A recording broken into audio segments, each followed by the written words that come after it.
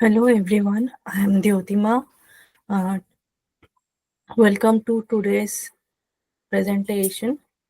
Uh, Today's presenter name is Lanford and he is going to talk on the topic comparison of long-term effects of metformin on longevity between people with type 2 diabetes and matched non-diabetic control. Now I will briefly introduce Lanford. Lanford Kasangu has currently enrolled in Bioengineered Fellowship Program, which is structured to offer an in-depth research experience. The program aims to equip fellows with the required skills. He uh, holds a master's in human rights governance and development, as well as a master's degree in social work and community development from the University of Zambia. He is currently pursuing a PhD in the developmental studies. Uh, I welcome Lanford to continue with his presentation. Thank you. My name is Lenford Kasungu, and my today's topic of presentation is on comparison of long-term effects of metformin on longevity between people with type 2 diabetes and matched non-diabetic controls. So this study, the study's aim was to look at longevity in diabetic patients that were treated with metformin therapy over a period of 2 decades. That's about 20 years. So to begin with the introduction, metformin is the first-line medication that is used in the treatment of type 2 diabetes, and it has been associated with some benefits which in this study has been contextualized into total lifespan as well as health lifespan. Metformin treatment has also been associated with benefits that have been observed in cognitive decline, as well as reduced rates of cancer and reduced rates of cardiovascular risk factors. And other than those benefits, it has also been beneficial as it has been prescribed in treating patients with polycystic ovary syndrome, basically patients that had challenges with fertility issues. So metformin has been very beneficial in treating such patients. In comparison with other treatments, other than just metformin, it has been evident that metformin has got several benefits compared to the other treatments other than metformin, which is sulfonylurea therapy and the thiazolidinediones. On literature, it has been observed that several studies that were undertaken, metformin and longevity rarely examine individuals that are suffering from diabetes for periods that are longer than a few years. And some studies have actually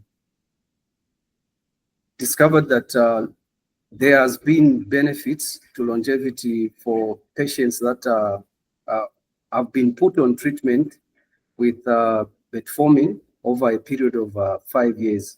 And several benefits that have been noted in those studies: reduced cancer mortality in metformin treated patients, and that was actually followed in the study up to about 9.5 years. Also, some similar studies that were done on analyzing the benefits of metformin treatments in type 2 diabetic patients. It has also been noted by some other studies that actually there were no benefits that were coming as a result of patients being on treatment with metformin. This was actually observed by Tinetti and his friends in 2015 for individuals that were being followed up for between 4 years and 6 years. And it has also been noted when it was used with other treatments. Metformin has also been noted that it had some positive benefits in animal studies, because this treatment has not only been assessed not only on humans, it has also been used in order to look at the longevity in animal species as well.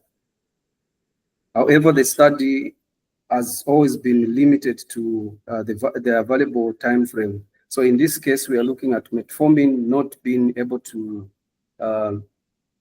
be used for a longer period of time in this study. As you may have noted that this study only looked at a 20-year period. Hence, the results, they are varying in terms of benefits.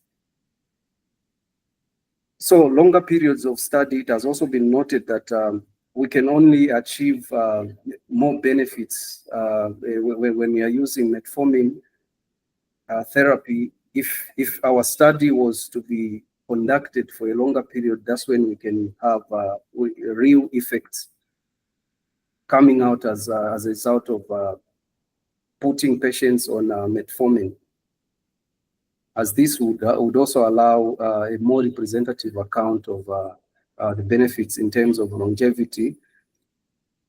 And coming to the methods, this study used the SAO database. This is the medical database that is actually that contains data records in the UK virtual platform, and this database only contained the records of the population of WOWs in UK, and they also used two.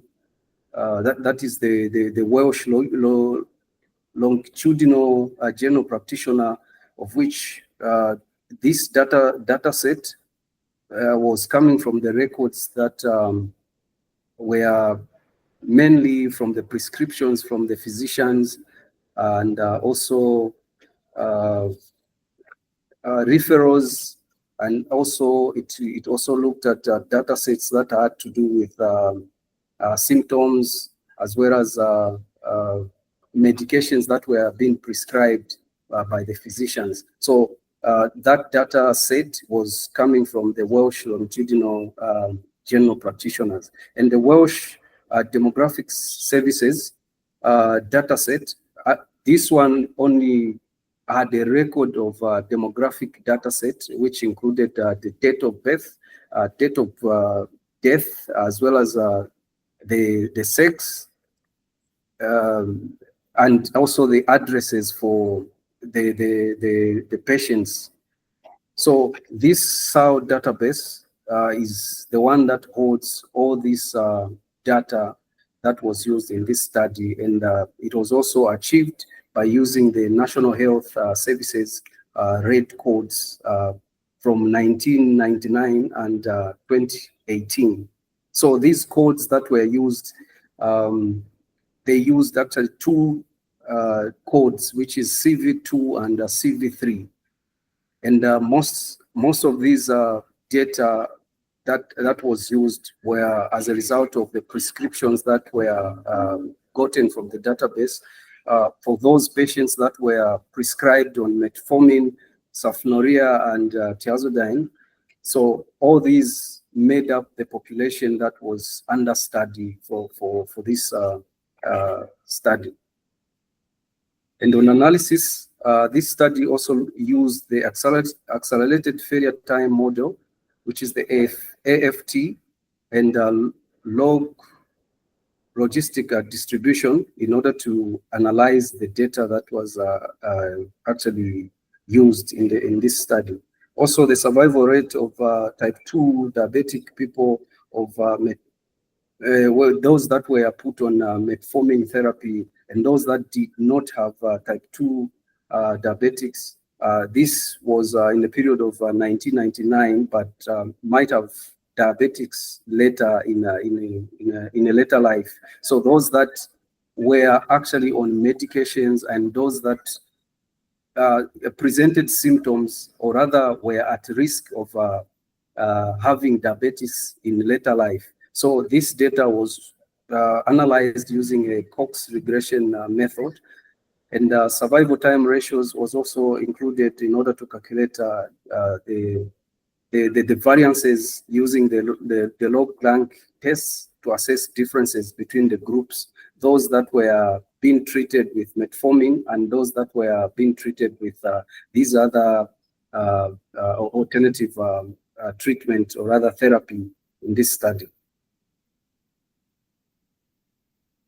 Other than that, the patients that were being observed in this study were also matched with non-diabetic controls, which also included mostly the demographic, which is the sex and date of birth, the history of cancer, if those patients were also had a history of cancer, the CVD, which is an acronym just for cardiovascular diseases, if at all they had suffered from cardiovascular diseases, also hypertension, also the deprivation index, and also the status of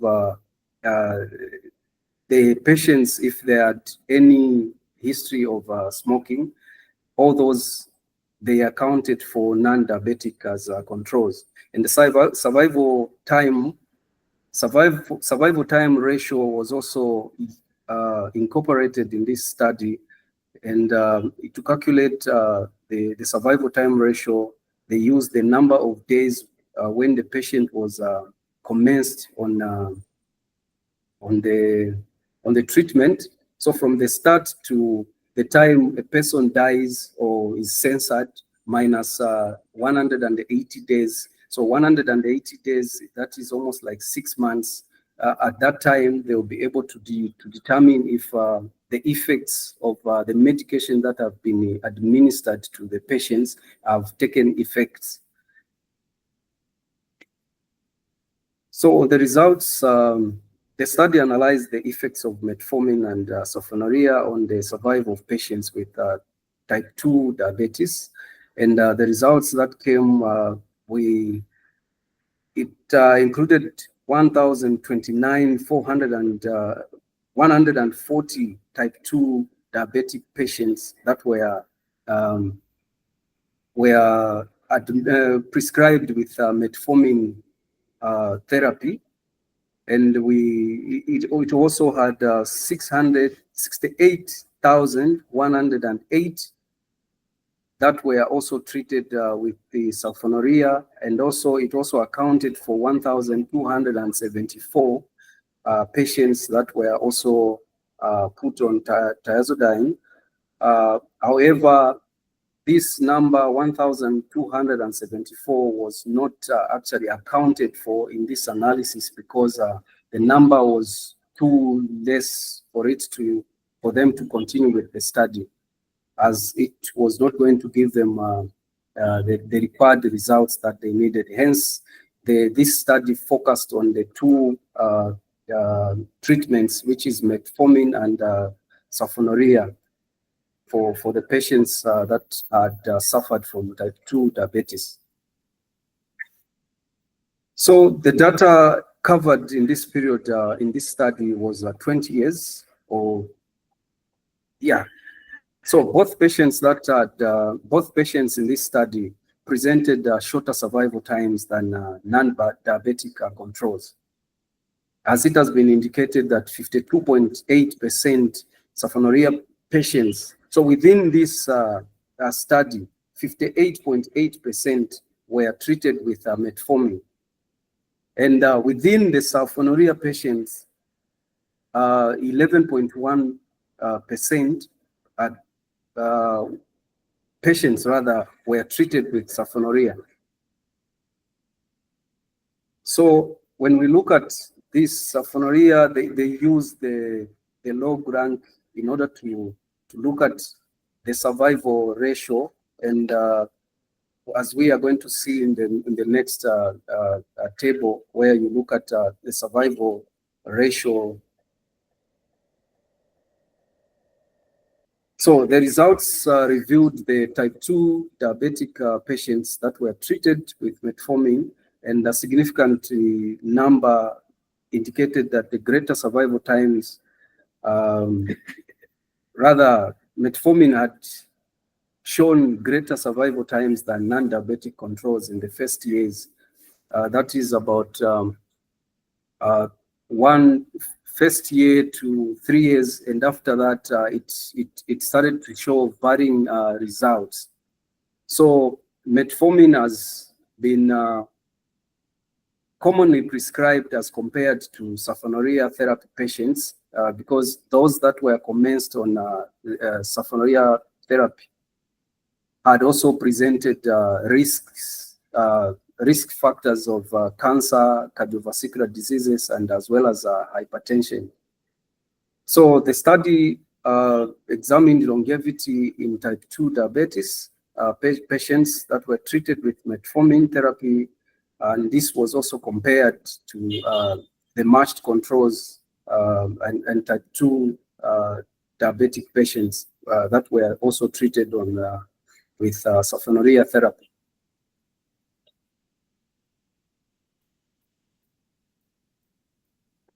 So the factors, the most important factors in this study for type 2 diabetic patients is body mass index, and as well as hemoglobin tests. So when we look at this study, not all the records, rather all the patients in this study were also subjected to the body mass index, where most of the data did not have that. And this also contributed to the varying results that came out as a result of those missing records from the patients. Hence, the benefits of metformin was outweighed by the negative effects that came with type 2 diabetic over long periods of time, because metformin was only analyzed for shorter periods of time.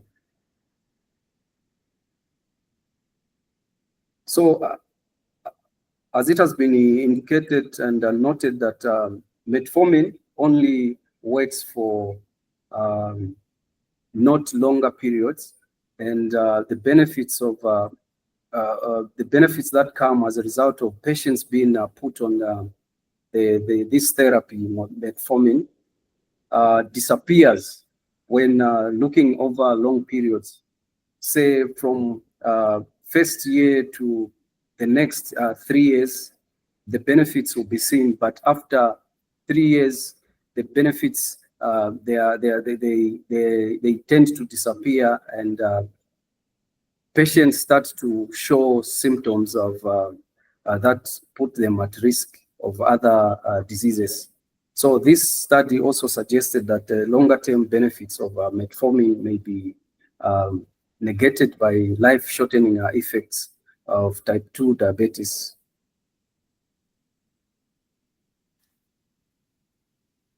So the benefits,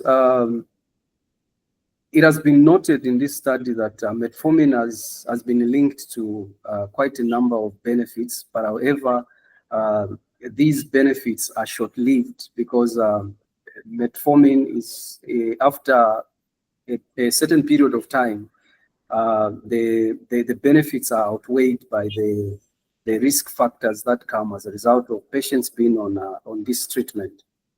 So compared to sulfonylurea therapy group, there was significantly lower lifetime prevalence of cancer and lower rates of cardiovascular disease. However, the study had also incorporated non-diabetic controls, which were matched on cancer, and the status of the database, diabetic cases, was unable to distinguish if there is a benefit of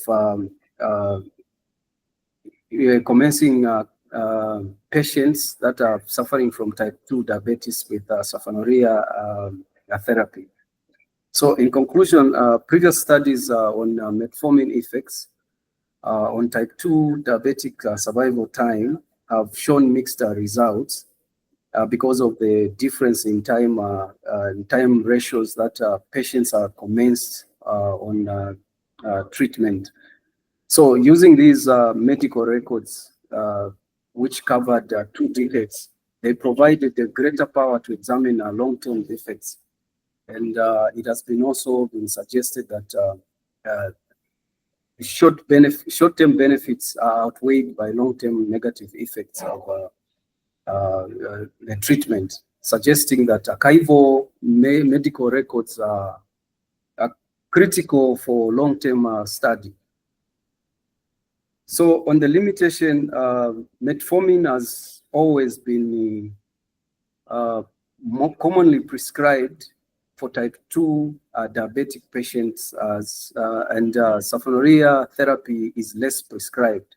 So in this case, we're looking at longevity differences between treatments that reflect differences in disease severity. So when we look at the metformin, has got its own benefits that comes with by commencing patients that are suffering from type 2 diabetes, also comparing those patients that have been on other therapy.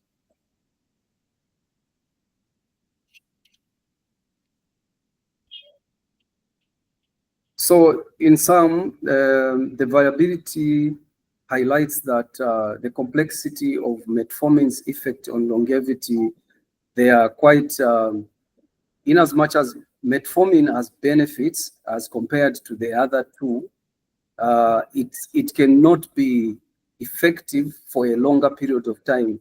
As a result, the benefits for the type 2 diabetic patients is short-term. Hence, the need to look at the study of patients for a longer period of time to see the real effects that comes as a result of administering metformin on patients that are suffering from type 2 diabetes. With that said, thank you so much, and that's my aim.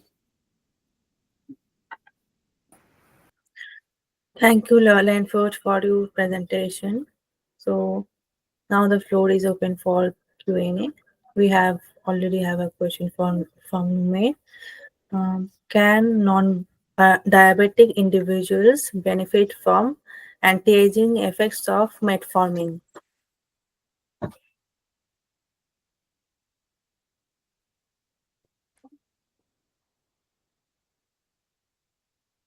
Can I check the question again? Can non-diabetic individuals benefit from anti-aging effects of metformin?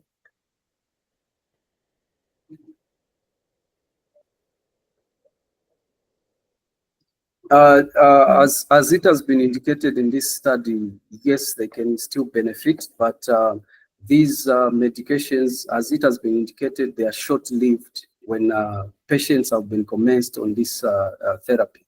So if the question whether they can benefit, yes, they can benefit, but the benefits are short-lived.